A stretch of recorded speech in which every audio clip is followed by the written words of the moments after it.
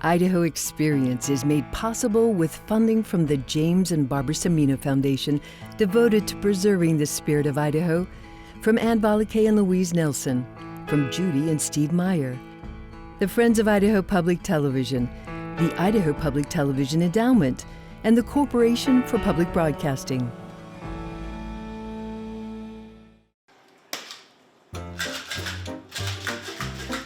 On the rocks. Neat. Blended. Brewed. However it's made, it was all illegal in America a century ago. As everything played out during national prohibition, Idaho saw the same things going on here. The 18th Amendment prohibited alcohol in the United States during the roaring 1920s. But the movement was about more than shots in a glass. It was about representation. Women were not content to sit back and be quiet. It was about rebellion. The reality is moonshine was occurring everywhere in Idaho. And it was about the nation's first reckoning with regulation gone wrong. Prohibition was really just taking a sledgehammer when really what they needed was a scalpel. Some laws, they stand the test of time, and then some need to change with society. For the sake of celebration and hydration. One of the advantages of beer is it was cleaner than a lot of the water was. Here's to Idaho's Prohibition pioneers. Interesting time in the history of America. The Bootleggers on Idaho Experience.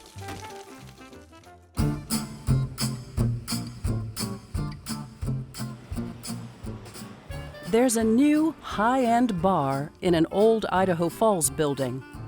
It's purposely understated for authenticity. It's a little surprise to walk down the stairs and see what's here. It's a speakeasy lounge inspired by an amendment to the Constitution of the United States. It's called 18. I came up with that name based on the 18th Amendment of Prohibition. I thought it would be fun to do the Roman numerals because they're a little bit, secretive, like you have to think about what it is. It's a portal, I feel like, and you escape and go to a place where you can be yourself and relax. And I'm sure during the time of speakeasies, people looked forward to getting away from polite society. I think they wanted to let loose and enjoy their drinks and live their lives.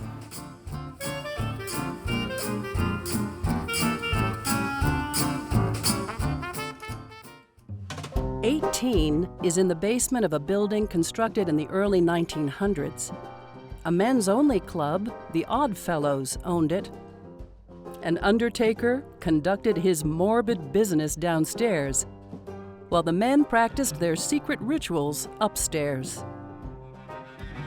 The newly renovated space still has the original peepholes in the doors, working ringers, and a trap door in the wood floor that leads to a box large enough to hold a body. I always thought that was interesting and wondered what they used it for. It was very deliberate in the middle of the ritual room floor. The building also has tunnels. The entrances and the windows next to them are now sealed shut, like all tunnels under modern-day Idaho Falls. There's not a lot of information about it because most of the activities that were in the tunnel system were illegal. Historical records claim the tunnels as purposed for city utilities, but personal journals dispute that. Other towns with nefarious underbellies share similar claims. There were places where there were tunnels for bootlegging and opium dens and things like that. Seattle is a good example. Boise, there was an attempt to find some tunnels that failed. Pocatello has some tunnels, but they were originally for utilities. There were no power poles running down the middle of the streets. You had to get water to the different businesses. And so there were utility tunnels that ran underneath the sidewalks. Of course, those could be used for other purposes, right? Over the years, those legends build.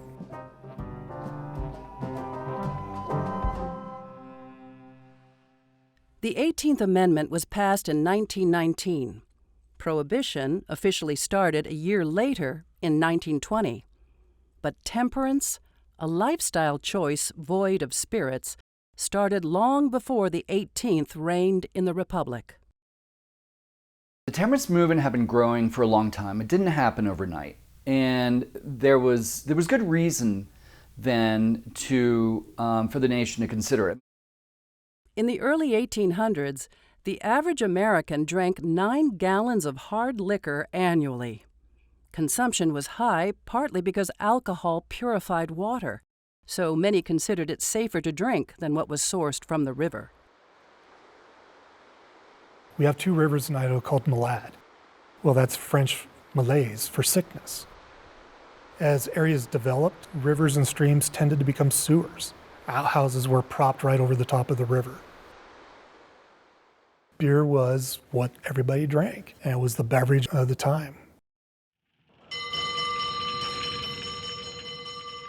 In Wallace, beer was life-saving during a pivotal moment in American history, when the Great Fire of 1910 burned 3 million acres of northern Idaho timber in 2 days.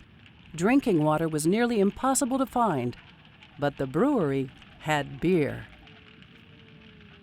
And what happened was the local brewery was still there with their vats full, and they opened up the vats and the firemen were able to drink the beer. And they continued to drink it until the brewery itself burned down.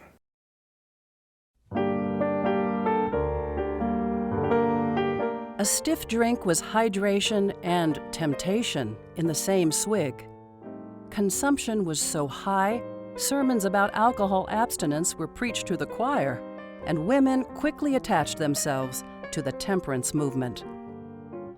It really was an issue that women focused in on because it hit them close to home. The violence in the home, the economic instability, and because women didn't have suffrage yet in most places, they didn't have a voice to change things. And so only by agitating through these societies and these organizations were these women able to start affecting change in society.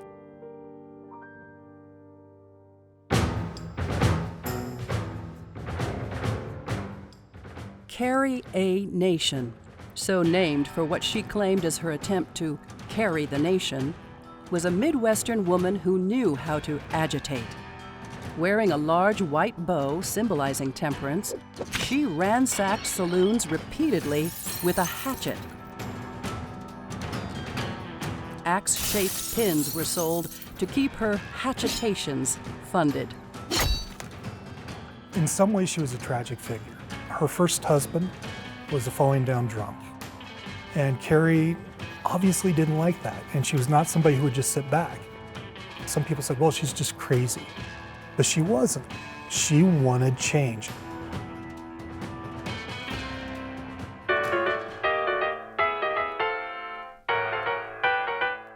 When that change finally came with the official drawing out of America in 1920, desperate times for the drinkers spawned creative measures seemingly overnight. Hiding alcohol, it was everywhere. When you get into the speakeasy era, everybody had a flask hidden somewhere. Including in their shoes. This high heel hides a 1-ounce vial of vodka, the more ladylike version of bootlegging. The word bootleg actually comes from the pirate era. They had those high boots that came up to the knees, and they could hide contraband in their boots that way. Who's going to stop a sailor and ask them if they can put their hand down their boot? Nobody. Those who hid their distilleries in the woods disguised their footprints by wearing cow shoes, a dress shoe with blocks of wood attached to the sole, so when moonshiners ran from the law, the tracks left behind looked like a herd of cattle instead of humans. Speedboats moved barrels along the coast, while race cars, souped up with unusually large trunks and plenty of pep, moved black market booze from town to town faster than the law could chase. Despite the antics, the anti-alcohol approach was politically significant. Many consider the 18th Amendment to be the first women's movement in America, ahead of suffrage, granting women the right to vote 1 year later. The idea was, let's make America into this shining city on the hill, this beacon of freedom for the world. And to get there were all kinds of ideas of how to make it better.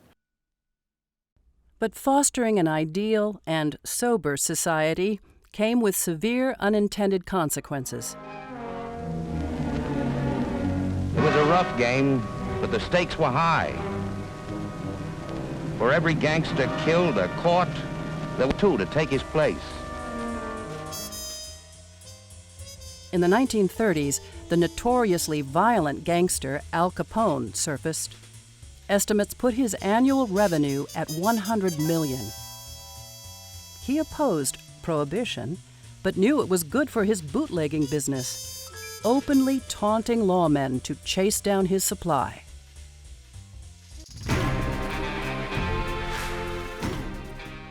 One of those lawmen was Richard Two Gun Hart, nicknamed after an admired cowboy movie star. Two Gun came west with 2 revolvers holstered on his hips and a badge that warranted his efforts to shut down distilleries by the dozens, sometimes several in one day.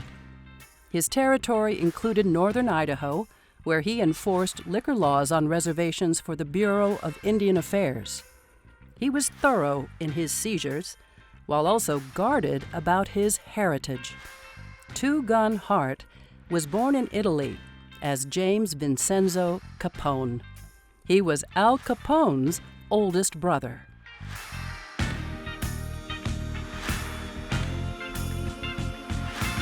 It is a huge irony that you have Al Capone, who is the face of anti-prohibition, and then you have his brother, who is out here, who is closing down saloons and dealing with speakeasies and dealing with the bootleggers. Two Gun Hart had a lot of liquor to confiscate in Idaho, where state prohibition started 4 years before the rest of the country was cut off. He also had a lot of loopholes to monitor. The law allowed liquor for 2 purposes: religion and medicine. Some congregations grew tenfold when seekers of drink realized churches still had wine, but the bigger abuse was medicinal. Medicinal was everywhere. In fact, it's still a statement that we hear people use today. They don't even know the background of it. Yeah, I'm having a beer for medicinal uses, but they don't realize it goes all the way back to that Prohibition era. Even before Idaho instituted its own prohibition in 1916, brew businesses paid a fine similar to the sin tax instituted for prostitution. But that penalty didn't seem to quench the state's thirst for a dry society. Establishments serving spirits were still plentiful. It was seen as a revenue opportunity, but it was also seen as, we've got a problem.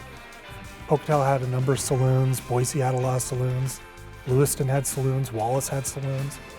And these places ended up becoming more and more of an issue with fighting and violence. So Idaho started early on.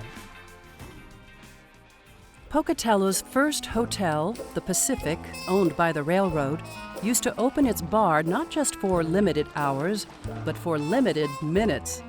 The thinking was, quench the working man's thirst, but don't let him linger long enough to get drunk on the job. Warehouses popped up along the rail line, providing storage for barrels. Brewers Franklin and Hayes dominated the district. They were the kings of beer in Pocatello, while Boise had beer baron John Lemp, a one-year mayor and one of Idaho's first millionaires. Idaho's beer businesses thrived until the Volstead Act passed a few months after the 18th Amendment. It reinforced prohibition by clearing up any confusion. The alcohol ban wasn't just for what was considered hard liquor, it was also for wine and beer. Some Idaho brewers tried to survive prohibition by churning out ice cream instead. And municipalities scrambled to cover the lost liquor tax revenue. Prohibition was sort of born from, I think, the states in the country thought that they could control people by taking away their liquor and liquor was bad and liquor tore up homes and liquor caused, a lot of problems. And I think that's not untrue. But I think what we've learned is it didn't stop people. 13 years after nationwide prohibition started, the great social experiment proved to be a great national flop. Consumption wasn't eliminated, and crime escalated. The temperance movement didn't disappear, but it definitely faded, and prohibition failed. Despite repeal of prohibition, the Women's Christian Temperance Union was still going strong. In national convention, the 18th Amendment was repealed in 1933 by the 21st Amendment. It is the first and only time an amendment to the U.S. Constitution has been canceled. The two amendments between 18 and 21 are the 19th, Women's Right to Vote, and the 20th, which officially declares the President's January inauguration date. Nationally, the celebration of Prohibition's end resulted in 1 million barrels of beer sold in one day. In Idaho, glasses were also raised right away, but local product took decades to revive. After Prohibition was repealed, 17 states chose a program called a controlled system. Washington exited the program a decade ago. The other states stand by their decision, including Idaho, where beer and wine are sold in grocery stores, but hard liquor is only sold in state liquor stores with limited hours. If you want a half pint of cheap vodka at 1 a.m. after you've been at the bar, you can't find it, and we think that's a good thing. Sales at state liquor stores generate millions annually for higher education, state police, local agencies, and substance abuse treatment. But many residents never add to that fund because they don't drink liquor. Their temperance is by choice, and that's the point. Prohibition doesn't work when it's mandatory. I think the great social experiment proved that it is not something that works, but it can be regulated, it can be tempered.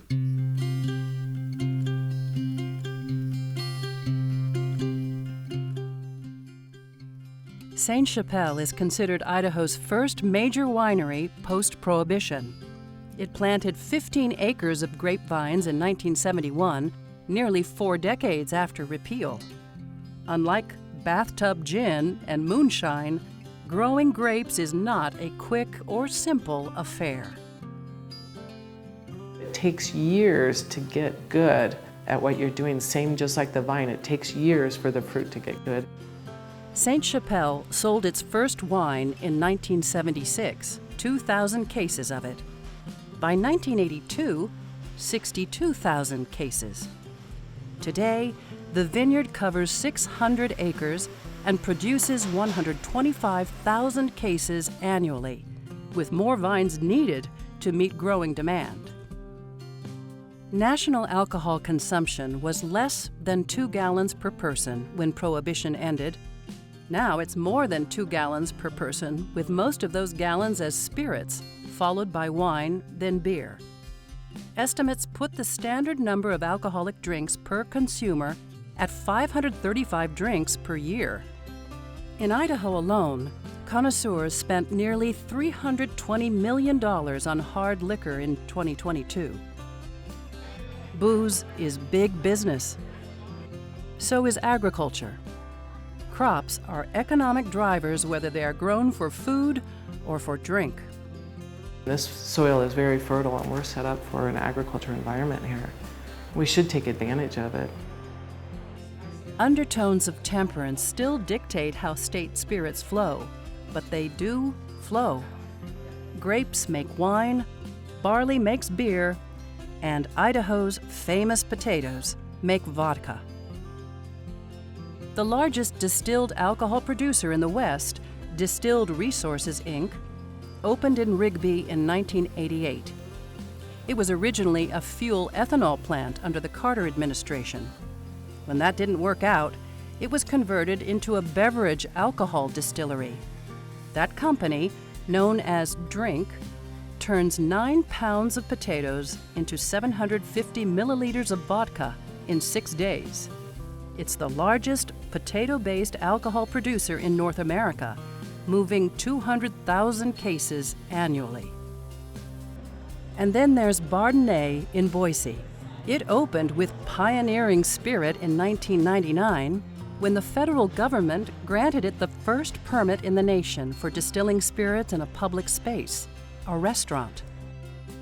People don't realize that Idaho was way out in front on that. Now there's distillery restaurants all over the country, and it started right here. Today, Idaho is still flush with workarounds for libations, ways to get around the liquor laws inspired by the era of Prohibition and the temperance movement. Island Park is a landscape-scale workaround. State liquor laws are the reason why Highway 20 through the resort town is known as the longest main street in America. After Prohibition, Idaho had an interesting hodgepodge of laws. A lot of them still exist today. One of those laws was you could not sell liquor by the drink over a bar unless you were part of a municipality. So what they did was they incorporated all the lodges along the road, and they called that Island Park. That's how you end up with the longest main street in America.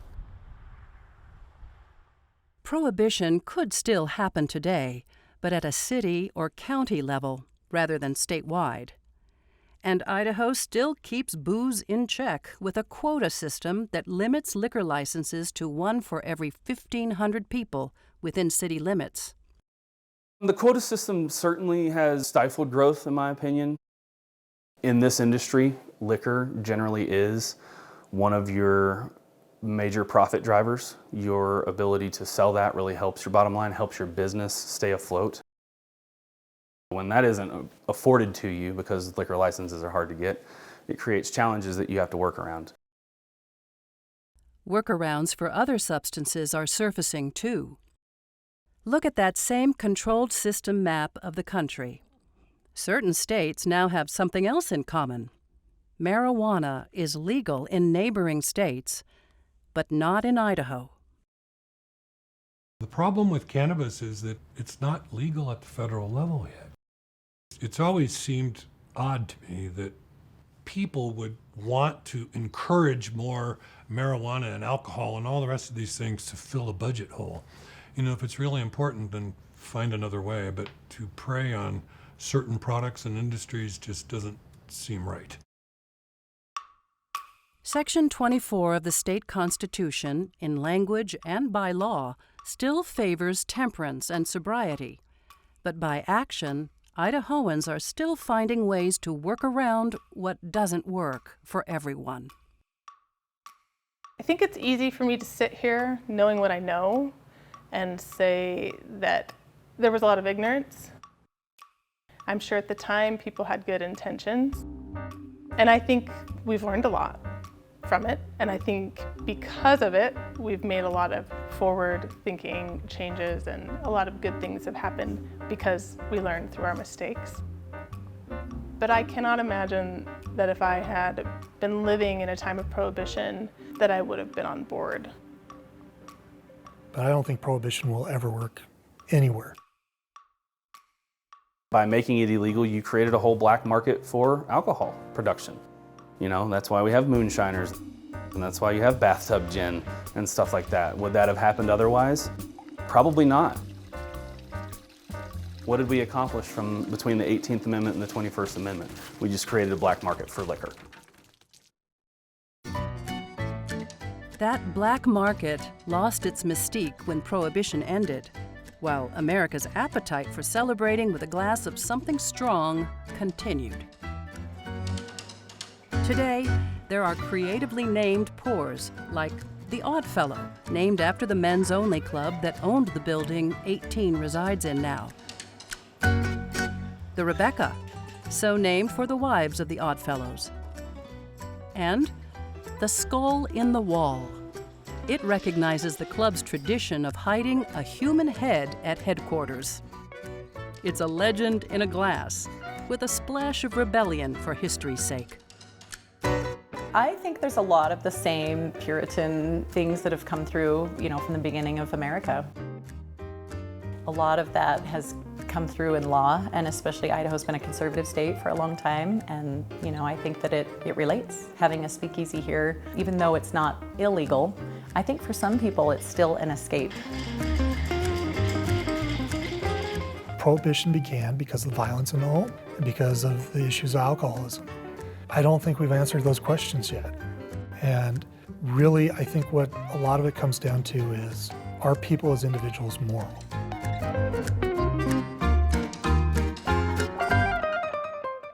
We also really realized how much Americans have that independent streak of don't tell me what to do.